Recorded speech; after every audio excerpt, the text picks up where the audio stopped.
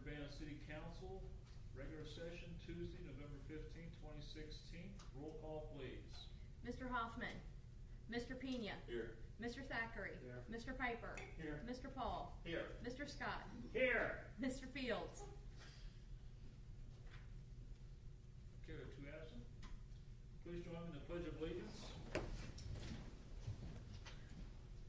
Pledge allegiance to the flag of the United States of America and to the republic for which it stands, one nation, under God, indivisible, with liberty and justice for all.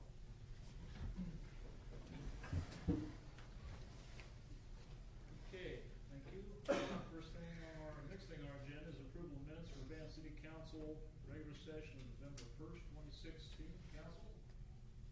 Mr. President, I move that we approve the minutes as prepared.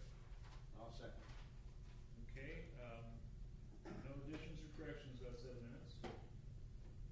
All those in favor of accepting the Urbana City Council regular session minutes of November 1st, 2016, signify by saying aye. Aye. Any opposed?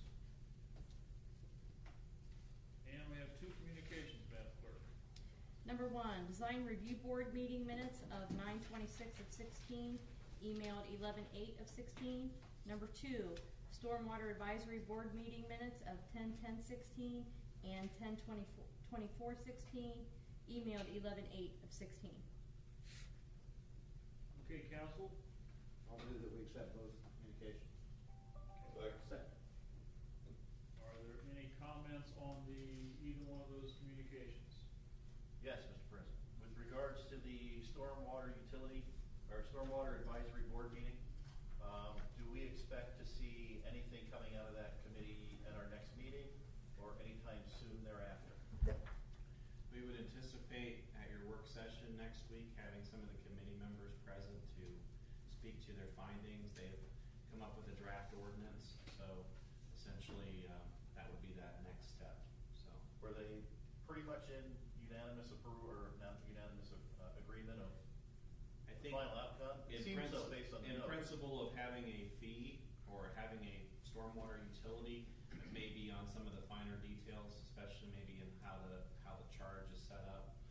There was quite a bit of discussion towards the end about that. So I they're would not say done yet. unanimous, but they're not going to meet anymore. It's going to be up to council to take what they've done and move it forward or not move it forward. Okay. So So- they have created a draft ordinance. They've created a billing model, and so part of the discussion will be: is that the billing model that council desires or not? Is there another proposal on the table? But I think overall the ordinance itself is set up with some pieces maybe that council may choose to change as they see fit. Okay. Which Great. would come out of that work session next week. Okay. Thanks, Doug. Any other comments or questions on either set of communications? Hearing none, all those in favor of accepting the 2 communications signify by saying aye. Aye. Any opposed? And we have no requests for money from the Board of Control tonight. Wow. Yeah. And you saw your purchase order lists. I like to slow down a little bit because we're going to be done at 6:15. Citizens' comments. Any citizen like to come forward and speak to council or administration? Thank you. I'll take up your time. How slow do you want me to talk? Real slow. Use small words. Most of you know me, Josh Jacobs. I'm here on behalf of the FOP Lodge 93. It's that time of the year again when we start our Christmas project, the Giving Christmas Tree. Met with the Urbana Daily Citizen today. They're going to be doing an ad, so I just wanted to come and kind of give a little bit of information to you all. We have, for lack of a better word, kind of registration forms out front of the police department right now. If someone knows a child of the age of 12 years or younger and lives within the city of Urbana who may be in the need of an extra gift or so, they're more than welcome to come fill a form out and then drop it back off to the police department to my attention. We're looking to have those registration forms back in by December the 1st. I'm running a little bit behind. Normally I try to have it in before Thanksgiving. because I'm a Christmas tree guy and I like to have the tree up right after Thanksgiving. However, I will have the tree up right after Thanksgiving. I'm just not sure the tags will be on it until December the 4th. Hold that thought. Stand by 11:02. Sorry about that. So we're asking the registration forms to be back in by the 1st, in which we will also have the tags up by the 1st of December. At that point, we would urge any community members or anyone who would like to purchase a gift or gifts to come in and grab a tag, purchase whatever gift they would like to get, return the gift to the police department with that tag, and then at that point, we'll make arrangements for the gifts to be delivered. Christmas is what, on Sunday this year, so we're probably looking on the Thursday or Friday, starting the Thursday or Friday right before Christmas, where we'll get all the gifts delivered to all the good, welcoming children. So it's pretty much the same project like we've done every year. I think this is like the 7th or 8th year we've been able to do it. Last year we were somewhere around 250 children, I think. There was quite a bit last year, and we've kind of tweaked some things this year on how we're doing it, except for the main part that I talked about here. So we're going to maybe try to lower that number down a little bit. Even with that many children last year, we still had community involvement to where the FOP wasn't picking up really any costs of spending our funds.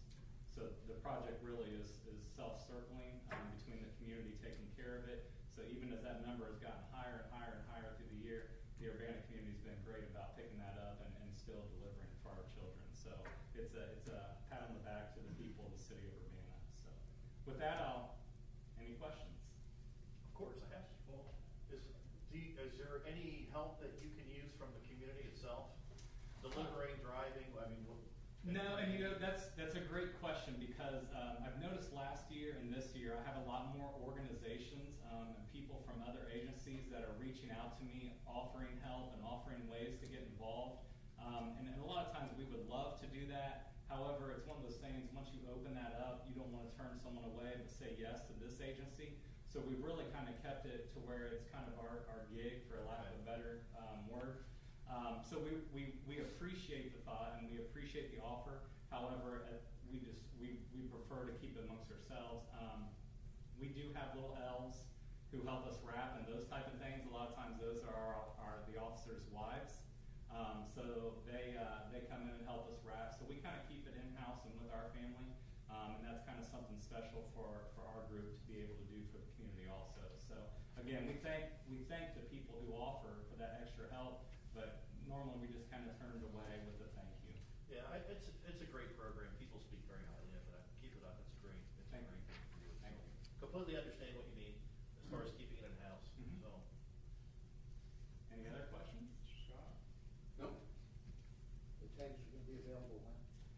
They will be on the tree, even though these registration forms are due December the 1st. I'm planning that once it gets out into the public and into the paper, I'll start getting those registration forms in. As long as I don't get too swamped, I'll probably start getting on top of it. So the long answer to your short question is, I will have tags on that tree by December the 1st. Even though the registration forms are due the 1st, the ones that come in early, I will have that on that tree.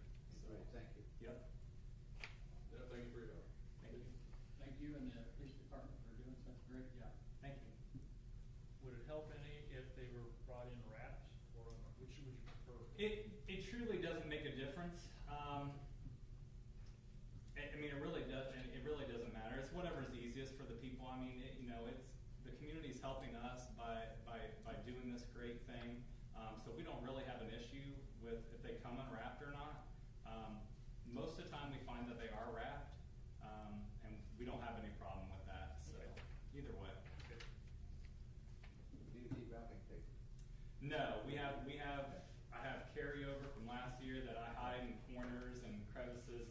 I might even have some stuff in Chief's office and he doesn't even know about it. So I normally hold stuff from the following years and I hide it here and hide it there. And then we have some people that sometimes donate that stuff that I hold back for the following year. So I kind of find little holes in the police department to hide these things so they stay for me for the next year. But no, I think we're okay. Okay, great, thanks. Thank you for all you guys. Thanks for your time, guys. Have a good night. Thank you. Any other citizens might come forward this evening? Back to work, right? Yeah, that's right. Okay, we'll go into ordinances and resolutions. We have no third readings this evening. But we do have a second reading. Resolution number 2433-16, a resolution to appropriate money for the several objects and purposes which the city of Urbana, Ohio must provide for the fiscal year ending December 31, 2017. Okay. Okay, Yes. the 2017 appropriation budget is a balanced budget for all the funds. Based on estimated revenue, the general fund revenue exceeds expenses by $6,942 in 2017. The water fund exceeds budgeted expenses by $4,260, so it's a little tighter. And the sewer fund revenue exceeds expenses by $24,422 in 2017. During the past couple weeks, we've had a chance to sit down with all city councilmen and department heads and review their department budgets. During those discussions, we also discussed 2017 capital purchases that were coming up. At this time, I'll be ready next week to present at the work session more detail on the budget so that everybody has an understanding moving forward instead of just the department you were assigned to this year. Really don't have anything else. If you guys have any questions, I can answer those. Paul, who did you have? I had, Parks and Recreation and Cemetery. Anything Oh, there's always something. new and exciting in that we need to know about? Not particularly, no. I didn't think there was a little shift as far as personnel into the cemetery. We're moving somebody in full-time. Instead of being part-time at the parks, part-time at the cemetery. I think that'll help out quite a bit. We discussed a little bit about beautification and some things there. We had talked as council a couple of years ago about reinstituting the fountain. I think that's kind of been put on the back burner for now, as you can tell based on some of the numbers that we don't have for revenue. So it was informative. It was very informative, and glad Chris is back to work. We're happy about that. But otherwise, I think things are pretty stable and pretty flat going into next year. Okay. Mr. Scott? That's street department, The big- The big, the big one, that's the big one. hardly. Yeah, we had a nice meeting. I was concerned about a couple items in the street department's budget. They're kind of handcuffed as to what the weather does and how it might affect Colin's budget, but it is what it is. They're trying to keep things flat, not spend any more than they have to, so we'll see how it goes. Okay. I had the fire division, and everything was great there, and I really was impressed with the fact that things are planned out as far as they are. Equipment replacement, equipment maintenance, and so forth on a regular schedule. They need to see how that was projected out, funded, and so forth. So I was very impressed with how that was handled. No surprises. It's great. Good. Mr. Bean? Had Bree and Doug's departments there, they're doing great. And Doug's department there, they're proactive, a lot of nuisances and all the stuff there, and Bree's putting them in where they need to be. Keeping on lockdown, they're both doing a great job. Okay. Mr. Piper? Yes, I'm over at the airport, had a nice meeting, Guy Person, he's doing a great job, he's keeping us in slack, so I'm all set. I had the police department, I had a nice meeting with the chief. As always, it would be nice if we had more people, but can't squeeze them in just yet, but in the future, maybe we can. So at the work session, we'll go into any more detail. Everything else looks okay. Any other questions on the budget then, or comments? I just had a question for council. We had CTS here last meeting. Since we're already at our second reading, I think if we were considering doing anything with that, I think we need to bring it up and get it going before we pass the budget. I don't know if anybody had any intentions on doing anything with that, but I think it's something we should probably bring up next week. Probably should talk about that at work session. We can do that. I hadn't talked to anybody. No one has expressed interest in doing anything, but I know that they took the time to come up and talk to us. So I thought we should at least bring it up talk about anything, anytime. Okay, there's no more comments on the, resolution 2433-16. We better to have a second reading on that. That was our only second reading. Moving right along to first readings. Ordinance number 4439-16, an ordinance authorizing the Director of Administration to enter into an indigent defense agreement with the Champaign County Commissioners to allow the city to receive partial reimbursement from the Ohio Public Defender Commission for indigent defense expense in Champaign County Municipal Court. Marie, I guess this is yours. Sorry.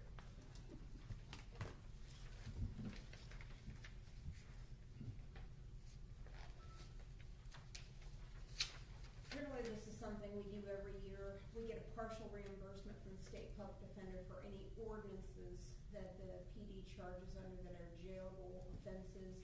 Typically, that's your OVIs and your driving under suspensions that carry a mandatory jail term. Everything else pretty much gets charged under the revised code, and so the county has to foot the bill for anything that's charged under the revised code. But for some of our city ordinances with mandatory jail time, you have to give the person the opportunity for an attorney if they meet the indigency qualification guidelines. And right now, we're looking at about, you're thinking 2,700 traffic cases have come through so far in 16, and of those, maybe 40% are OVIs, and of those, PD probably gets, I don't know, Chief, what would you say, 60%? More than that, yeah. So, anytime we get an OVI, person comes to court for an arraignment, judge has to ask, do you want a public defender, or if they qualify, and most of them do. Something we do every year just to get a little bit of reimbursement back from the state. Okay. Mr. Scott, any questions? No, thank you. Mr. Thacker? That's based on per incident, the reimbursement. In other words, if we have Per case. 10, we get this amount. If there's 500, we get that. Yeah, per appointment. Okay. All right, thanks. Feeney? No, thank you. Mr. Piper? Nothing. It's basically housekeeping for us, so I don't suspect we'll have any issues with it. Okay, more questions right now. We'll declare ordinance number 4439-16 to have had its first reading.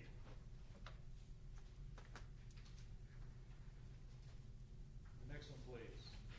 Ordinance number 4464-16, an ordinance to authorize the Director of Administration to accept the former Q3 JMC site from the Board of Revision and declaring an emergency.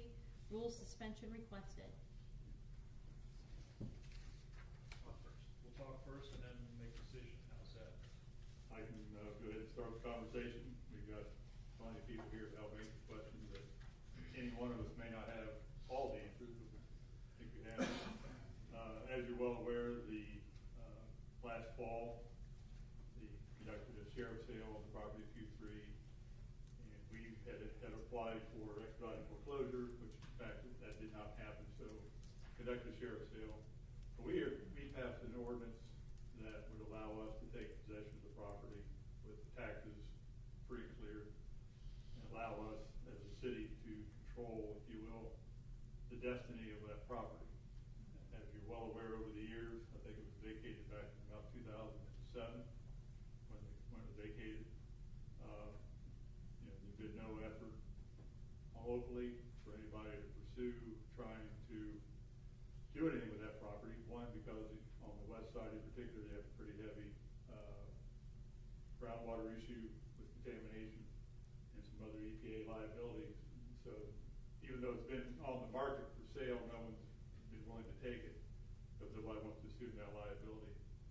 For the last several years, we've had in-depth conversations and ongoing conversations with Ohio EPA and Honeywell to help see what we could do to take, if we took possession of that property, can we get it cleaned up and reutilized? Honeywell is in fact on board. They will clean it up. They are obligated, they committed to cleaning up their portion, but they will not clean it up for anybody unless either a government agency, so the city or the county would have to own it. They're not gonna clean it up for somebody else. So if the city or the county take possession of the property, they were on board to clean up their portion. So we went through the process and, trying to, back and forth for over a year now, trying to determine how we can position ourselves, either have somebody come on board, take the property. We had a deal working and that finally fell through. And so we do now have another opportunity in front of us where we have a developer who has come forward, said they'd be willing to work with us and we've got to take the property. We have, while we own it, we'll get it cleaned up and get it clean for, passage through the Ohio EPA where you have no further action, covenant not to sue, voluntary action claim. So we're in that process now, and we've met with the Board of Revision almost every month for the last year, giving them an update on where we are with this process. Well, there's been a push on their end from the state that they have this case that's open that's never really been closed. So they're starting to get some pressure. Hey, this thing's been open for over a year, what are you gonna do with it? Because at some point, they're gonna be required to do something with that. Either shut the book and it sits down there again like it's been for the last 9 years, or try to work it out to where somebody else can take it and get it cleaned up. So we are in a position, we believe pretty confidently, we have a opportunity on the table right now for a developer who yet to be named, just can't name it because of the confidentiality involved. They are interested in taking the property and developing it and expanding on it. The caveat is obviously we have to take possession of it in order to work with Honeywell and work with the Ohio EPA to get it cleaned up and get it in a position where we can transfer the property back to a private owner. So what we are asking for council's approval tonight is to allow us to go to the Board of Revision, the meeting next Tuesday, and tell them the city of Urbana is willing to take the property. And they can start their process, hopefully by the end of the year, early next year, we can have the property transferred once they start the process. And I think I'm going to jump around a little bit. I think in August, Doug put together a summary, provided the council on what have we spent over the last several years on that. And if you remember, we're just shy of about $100,000. It's like $96,000 that we, over the course of the last 4 or 5 years. Not to mention, there's about $250,000 in grant that was taken back, we exercised back in 2011-12. So we have quite an investment of time, effort, and an ongoing requirement because it's in our, we refer to it in the meeting, it's in our sandbox. The county doesn't want it, nobody else wants it, but it's in our sandbox, so we're the ones that get called. Matt's department gets called. We've got people roaming the property, you've got parties going on, whatever. You have police responses, we have fire responses, and then this year we had nuisance. We cited ourselves, almost. We cited the nuisance violations because we couldn't see, the front of the building was so bad, we couldn't see it. The police and the fire could not see the building to be able to keep it on a monitor or to drive through their patrol without having to actually go through the building every time. So, so we're constantly having that, safety and security issue out there. Within the last couple of months, we had another attempt of a fire, not in the old section out by Manning Street, but a section further back on the plastic research side. And fortunately, there wasn't enough fuel, if you will, to burn. You can see where the fire was, and you can see it going up the wall, but it either ran out of fuel or ran out of oxygen or something, but it just didn't have enough to take off.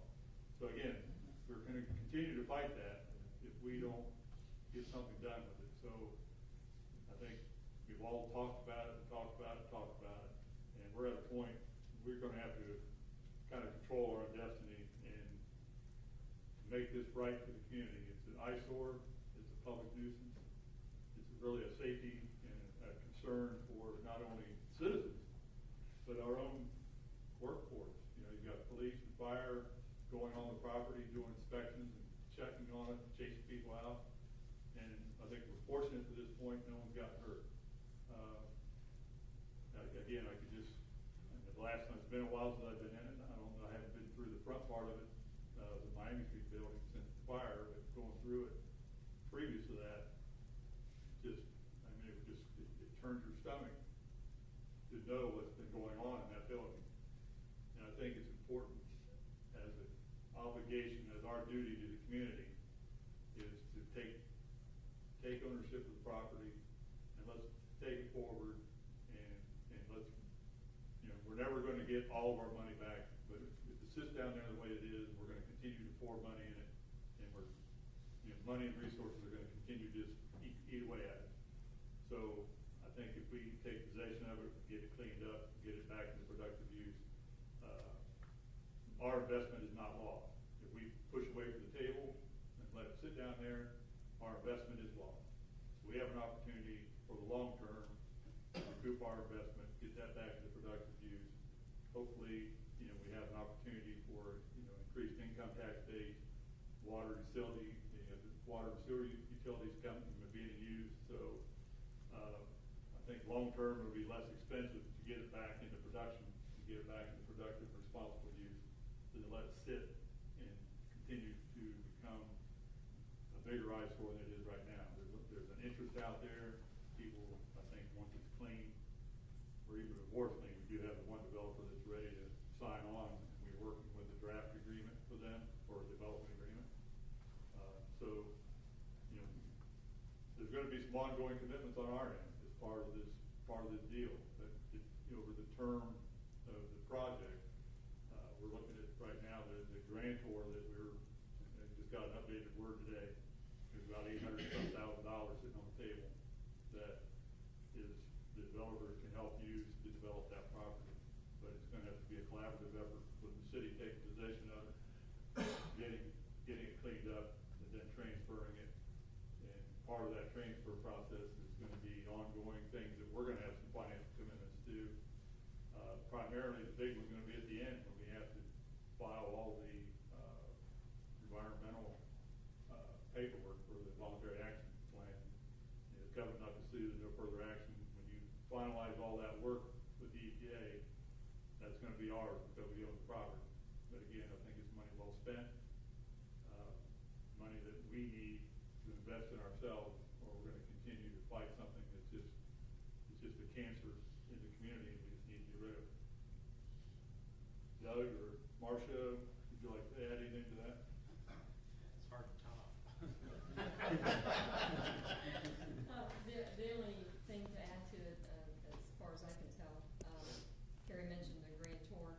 I just want to make sure that everybody understands that grant funding, if it is received and if all this is worked out, that grant actually goes to the developer, not the city of Urbana. So the developer is the one that finds who's going to clean the property, gets all the contracts settled, does all of that with the money that's on the table for them. So the city is not the grant receivership of it, it's the developer instead. In this scenario, and the developer has marketing plans and they've already been approached by companies, individuals that want to start populating down there and getting it back to use.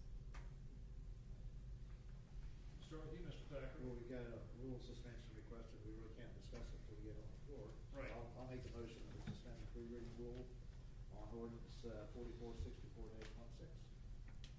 Second. Roll call on suspension, please. Mr. Pena. Yes. Mr. Thackeray. Yes. Mr. Piper. Yes. Mr. Paul. Yes. Mr. Scott. Yes. Okay, now we can talk about it. So I move to place ordinance 4464-16 on the floor for further discussion and possible passage. Second. Okay, discuss away, Mr. Thacker. I'm in agreement. 100%. I am. I think we owe it to the community to get that property developed into something, even if it's not at a net break even or if it does cost something. That's my thought. We owe it to the community to follow through and get that finished. opinion? Yeah, I think we need to get it going, and, like I said, we got so much invested in now, it'd be terrible to step back and just let it sit there, so let's keep moving forward and be productive, and, I don't wanna hear Carrie go through that speech again, so let's move forward. I don't know that I can say it. Not scripted, but. Right. I think it's time that needs to be cleaned up. Okay, here we go. So are you able to say what the developer's interested in doing, whether it's manufacturing, commercial? I'm pretty sure it's not residential. I would assume. He's interested in developing the part of the property. Got it, okay, that's fine, that's fine. So if we take possession of this, it would be effective as of when? Do we have an idea about when it? Probably the first of the year, when we've been meeting with the Board of Revisions on the monthly updates from them. With all their filing that still needs to be done, the transfer could happen pretty quickly, so we're estimating first of the year. Okay, so one of my concerns obviously is cleanup costs. If you've got a grant that the developer's gonna use, Honeywell's involved, how much is left over, and are we gonna be kicking in $200,000 to get this finished? There's a financial commitment on both parties right now that has been identified. Ours is gonna be, somewhere just south of $350,000 over the term of the project. Which is how long? It expires December, I don't know last time when I saw it was the end of December 2019. Okay. It might be a little bit longer than that. So we're Because we looking at haven't about finalized anything, so. about $110,000 a year next year, the year after, and so on. Right. Okay. Do we have that in our numbers for next year already? In the budget? In the budget for next year, there's no money in the budget for Q3 next year. Okay. A specific line item for that. There is money in capital to Okay. move that forward. Okay. So if it's there, that's fine. Okay, so if we take it, then we're making and that's total cost, because I know you mentioned you're, recording and other fees, that's Other fees, smaller yeah. stuff, but Yeah. is that part of the 350? That's the recording, all the incidentals are not part of that 350. Okay. 350 or 348 some change is all part of our commitment to the parcel, to develop, helping get the property clean and get transferred to the owner, the new developer. And part of that, in the development agreement, there's also gonna be, when we finalize it, there's gonna be some of that money coming back to us. So it's not, it's not we clean it up, then we hand it to them. So in that development agreement, there's gonna be a selling price that has yet to be negotiated because we haven't finalized the first Right. agreement with the grantor. So how is that gonna work then? So if the developer's gonna be involved in the cleanup as well, right, there's gonna be a sale price before, I would assume, before they agree to how clean. Before So we're before gonna everybody know. moves forward, there's gonna have to be a development agreement before everybody signs on and moves forward. Right. But in order to kickstart anything, we need to say, we're willing to take the property. Yeah, we need to put our chips on the table, have some, So go all what, in. the worst thing that could happen right now is if we're all working on the sidelines, and then we go back to the county and say, well, you weren't sure you were gonna take it, so we just, it's no longer available. Right. But if we don't want it. Right, So- no, I understand. I just wanna, I wanna Right. make sure I get how all the pieces Right. are kinda coming No, together. I get it. Because it is finally after, what, 2-3 years of, or maybe longer. All right. Yeah. Okay, no, Do that before it's actually, 2012. it's starting, the pieces like we talked about before are kind of starting to fall into place a little bit. I don't know that we were quite expecting it to work out exactly like this, but okay, so, you're in for a penny in for a pound, right? Is that the right way or is it the other way around? Anyway, I think it needs to happen without a doubt, and even if it's $350,000 over the next 3 years, over the next 20, 30 years, it's gonna come back to us, between the sale price and the taxes and the business development and everything else. Do we have any idea, have they made any ideas as far as how many jobs they think they would create? Yeah, they by themselves are anticipating, they are purchasing another company from out of state, and they'll be moving those jobs to our area. Okay. And that business will be here in that area as well. So they themselves are probably around the 20 mark of new jobs being created, but then other entities that have shown an interest of moving in, they're looking at what they have right now, maybe on the east side, because that's primarily where they would start. east side, maybe up to 50 jobs or something like that on that side, but we So don't know. that's 70, basically 70 right No, there. I'd say Or is that 50 total? total, Oh, okay. Still- probably on the east side, Still, with what and they're that's- projecting. Well, so this is what we've been talking about for years. Let's do some development. Let's get some people to come here. Right. And maybe this is the investment we have to make it happen. Yeah, and them as the grantee would be the developer and overseer of the entire 20 acres that's down there. So So- they are responsible for it. Okay, so just to kind of finish my time, so we take the property back. We're all agreeing that we're all gonna pitch in, we're gonna get it clean, there's gonna be a sale price, hopefully, maybe some of it will come back to us. They're gonna buy the property once it's cleaned up, and then they're off to the races. So then they're following our ordinances and everything, talking to Doug and all those things, Tyler and those guys. One thing, Mr. Claire, I think you glossed over when we were talking, the financial commitment on our side isn't necessarily hard dollar cost either. So the 348, a portion of that or any of it, all of it, could be in-kind services. Oh, right. Or, things that we perform on our own. So once we sign on and get started moving, we can start, with some of the work we self-perform, we can have a mechanism. Chris has calculations in the finance office, how we force account from one department to another within the city, or if we use a grant, we're able to apply certain engineering time, administration time, we use public works folks.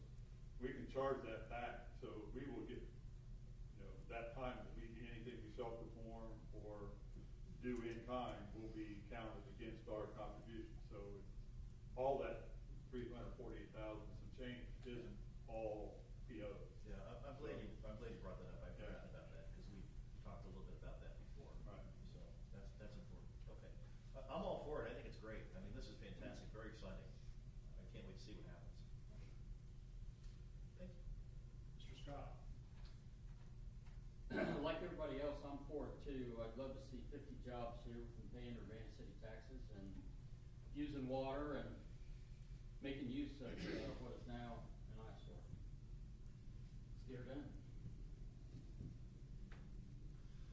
I'll take the other two guys' questions. How's that? But, will it be level when it's done? They're taking out everything. They'll Buildings, take whatever they trees. don't want. The property will transfer once it's clean.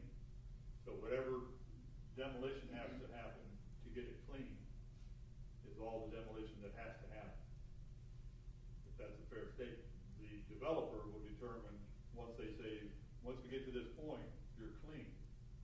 That's all we're obligated to provide to them. So if there's other buildings that they want to keep, or they want to self-perform on their own to demolish or rebuild, or that's all up to them. Our goal is to get the contaminated areas clean. Provide them a clean property. It isn't going to be green space. Took a ride down there this morning, went back to PRP. There's railroad tracks down there. Do those have to come out? There's railroad tracks. Spurs, they're not. There's a spur that runs across the front, and then there's Right. a spur that runs on the east side of Orbit, I believe. Is that part of the property? I think Does that the front belong to- spur belongs to the Port Authority, Marcia, and then Orbis has a part of that private spur that runs on their